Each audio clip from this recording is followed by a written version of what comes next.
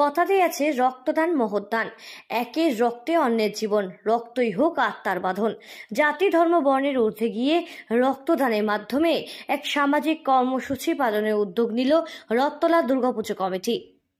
সারা বছর নানা রকম ভাবে মানুষকে পরিষেবা দিতে সচেষ্ট থাকে এই পুজো কমিটি এবং প্রতি বছরের মতো এই বছরেও এই রথতলা দুর্গাপুজো কমিটির জনসেবার জন্য এক বিশেষ উদ্যোগ নিল এক রক্তদান শিবির কর্মসূচি, যেখানে প্রায় 100 জনেরও বেশি রক্তদাতা অংশগ্রহণ করে। কামাহাটি পৌরসভা 23 নম্বর ওয়ার্ডের অন্তর্গত রথতলা দুর্গাপুজো কমিটি যুগ্ম সম্পাদক বিশ্বজিৎ সাহা এবং কৌশিক চ্যাটার্জির তত্ত্বাবধানে সম্পন্ন হয় এই দিনের এই অনুষ্ঠান। কামাহাটির স্বাগত মেডিকেল কলেজ এবং হাসপাতালের মেডিকেল টিমের সহযোগিতায় সম্পন্ন হয় এই অনুষ্ঠান। এই অনুষ্ঠানে প্রধান অতিথি হিসেবে উপস্থিত ছিলেন সৌগত রায়। এছাড়া উপস্থিত ছিলেন বহু বিশিষ্ট আধিকারিকরা।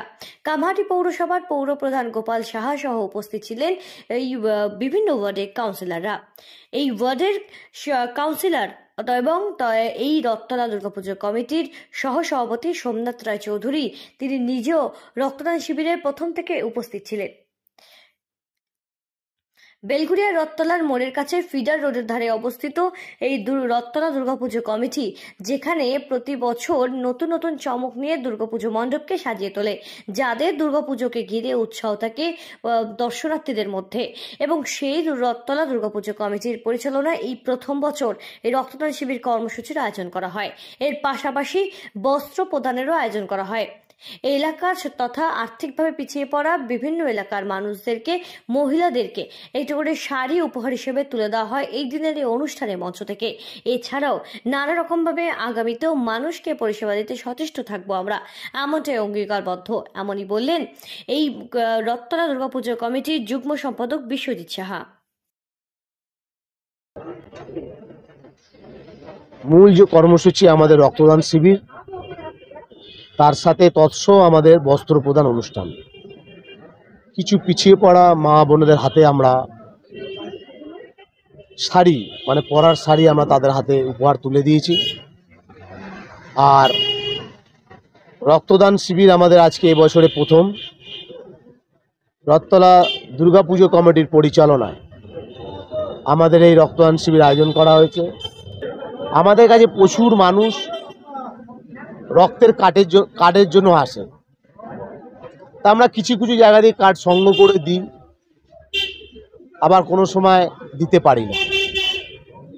তা আমাদের কিছু হসপিটাল, সামনে স্বাগত হসপিটালের কিছু লোক আমাদের বলল আপনারা ক্যাম্প করুন। মাঝে মাঝেই আমাদের বলতো আপনারা এই সময় একটা ক্যাম্প করুন, ভালো। আমরা সব চিন্তা বিবেচনা করে দেখলাম একটা মহৎ কাজ, এটা করলে খুব ভালোই হয়।